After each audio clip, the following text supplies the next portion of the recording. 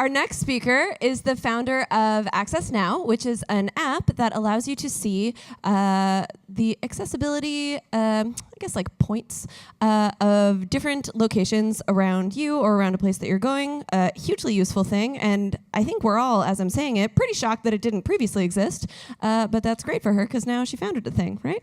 Everyone, please put your hands together for Maayan Ziv.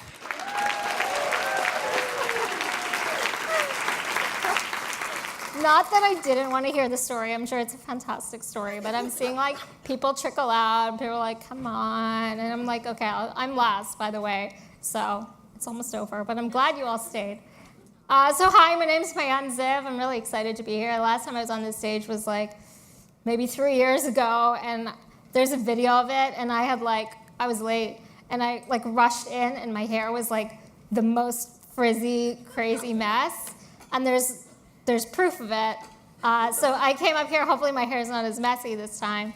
You now say, that's right, your hair's fine, thanks. So that's me. Those are all the hashtags if you want to follow along and say you suck or you're amazing. You can do both. I'm going to tell you a story, and I'm going to start with this image. This image, funny enough, was taken by Brian. Brian is all the way at the back of the room waving. He's been taking photos all night, so shout out to Brian. I know, right? And last time I did a talk and I used this image, he left the room 10 minutes before, and I was like, damn it. Okay. So I like to start out with this photo, and before I talk about why, I'm going to say that it's really cool to be on a stage talking about something that is a little bit outside of the normal scope of women's related topics that you see during women's events. There's this really interesting thing that I've noticed. I'll go to a lot of these events, and people will get up on stage and they'll say, we believe in inclusion and diversity. And then they will name categories of people or groups. And they will say gender, and they will say ethnicities, and they will say several other categories, sexual orientation, you name it. And pretty much guaranteed, 9 times out of 10, they miss disability. So I sit in that room and I'm like, oh, okay, so you mean you almost believe in diversity and inclusion because you've just missed 16% of the population. So we're not super inclusive if we miss that many people in a room, right? And I'm Jewish. I am a woman. And I represent all kinds of different groups, but I'm also someone with a disability. And I think it's important to acknowledge that. And it's not scary, and it's not something that we don't need to avoid.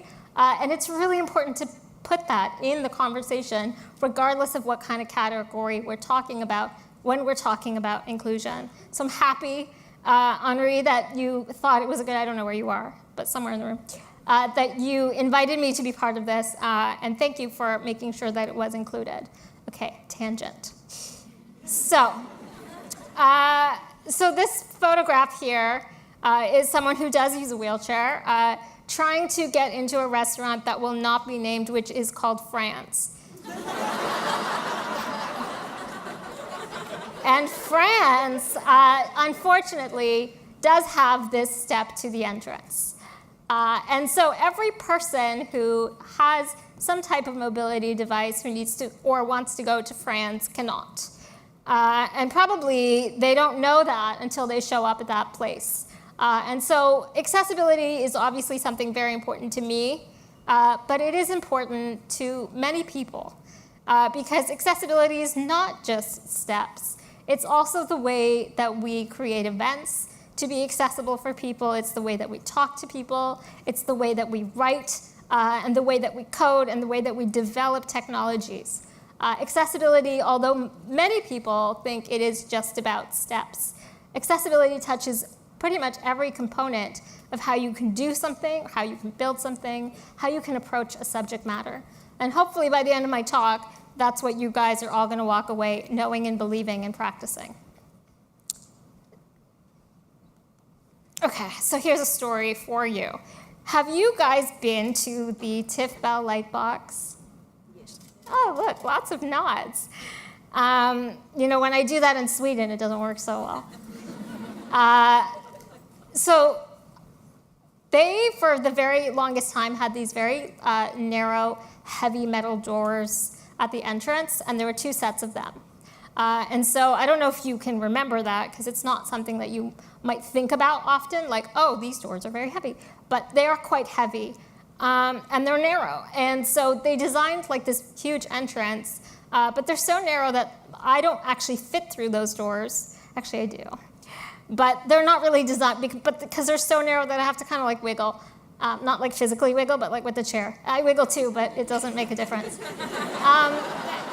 And on the side, they created 1 extra door, which is wider, which is the accessible entrance. And it's a design that you can clearly see was an afterthought. So much so that when people came to the front entrance, they didn't know that that door existed. And all of a sudden, they had to start creating signs and like people who could stand outside and like let people know, oh, by the way, you look like someone who needs a wider door. If you go around the side of the building and take 2 steps right and 3 steps left and look up and look down and then use your app, then you'll find a door and you can go inside. And that is a complete redesign of an experience that was not intentionally accessible and therefore not intentionally inclusive. The cool thing is that just last year, I guess, they redid the doors. And they put in wide automatic doors that open when you get close to them.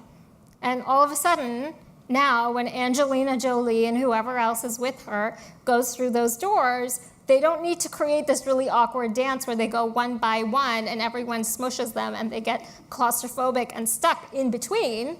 I've seen this happen, that's why I'm saying it. Now they can create an open, welcoming experience for everyone. And actually, it's a lot more convenient because if you're carrying something or you're with another person, you don't have to go in single file. There are many reasons why all of a sudden this is a much more welcoming, enjoyable, inclusive experience. Now, I use this really specific example to kind of point out that although this is now an accessibility feature, this is an experience that is used by all. There's no need now for an extra random, invisible, awkward side entrance for 15% of the population. Now everybody goes through the same door, and everybody's welcomed in the same way. And all of a sudden, everybody feels equal and valued. So that leads me to saying, what a nice little segue. Look, there's a parent with a stroller. Not planned, that accessibility is for everyone.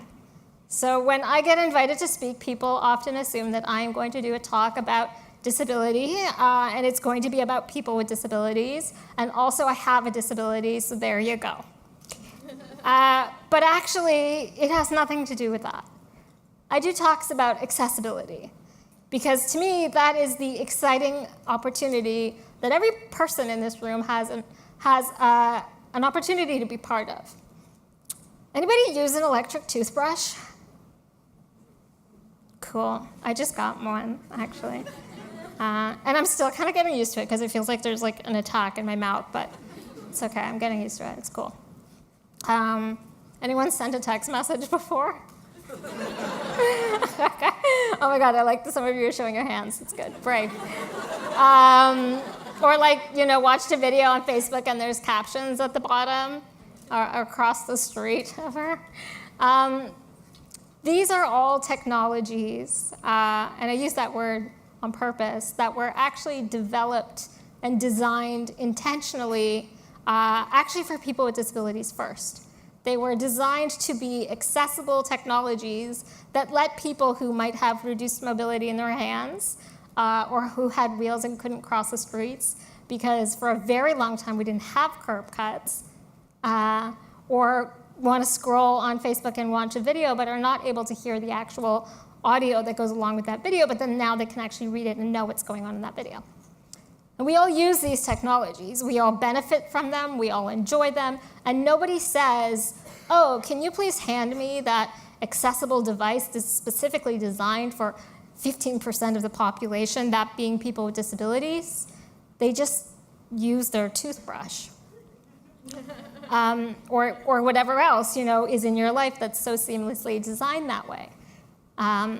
Or the same thing with elevators, although we kind of figure out the elevator situation already. The point is, we don't talk about them like that. And they're not weird or uncomfortable or awkward. They're seamless. They're designed so well that they blend into our environment and they empower everybody to do things. And all of a sudden, we've created an inclusive experience. All of a sudden, not one person is singled out because they need to do things differently. We're still kind of stuck in this mindset where people with disabilities are different. The reality is people with disabilities are your friends and your family, your mom or your cousin or your teacher or the lady on the stage right now. And they can be women and they can be men and they can be et cetera, et cetera, et cetera. But we actually haven't gotten to the point where we can talk about it openly and realize that there are assets and creativity and components of the world that comes from disability that is useful to everyone. So when people say, well, it doesn't really matter, accessibility doesn't touch my life, but good on you, girl, for doing your thing, I say, actually, didn't you sprain your ankle and have a cast for a month, and weren't you on crutches recently? Oh yeah, and the subways were really tough to navigate. That's because they're not designed to be accessible for everyone.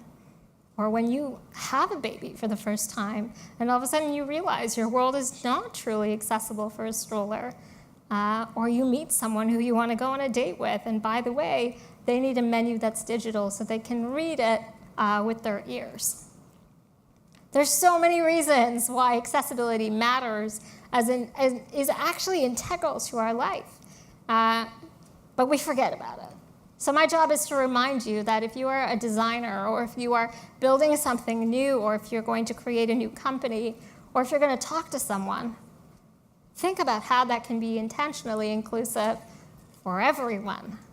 And think about how accessible that experience truly is. Okay, I'm not going to talk about too much of this, but the point of it is just that I come from a company called AccessNow. We're focused on exactly the things that I spoke about. This is from a meetup that we had where we brought photographers and people from the accessibility community together. We go around the city and we do things. If you're interested, you can join us.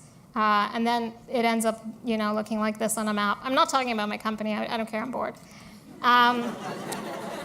I don't care. So they're in there, but I just, whatever, fuck it. If you want to look at, go on the internet and Google AccessNow, and you can find stuff. The more important thing is how it applies to what you guys are doing or things that you could be doing. So I leave you with 3 points. Call to actions. Very official, right? The first one is change the conversation. Focus on how we can change the conversation from being one about disability to being about accessibility, and therefore, all of a sudden, it touches all of us. Focus on building a worldwide active community, not thinking, oh, this doesn't really touch me, so I'm going to have a part to play. Think about what it is that you do in your job or in your life or the people you talk to, and start to ask those questions. And then when you have those questions, go online and Google answers. Or don't text me, I'm not giving you my phone number, but tweet me or someone in your community and start to learn. There are fantastic resources in Toronto. Actually, the first time I met Onley was at the accessibility meetup group. That's A11Y. Do they have other? That's it, right? That's the whole tag. So if you look them up on Twitter, you can join. And I didn't know anything about coding, but I learned a whole lot from these people.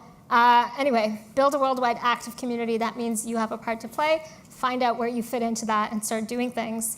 And the third one being that if you do those things, you can help us create a more accessible world. That's it. Thanks.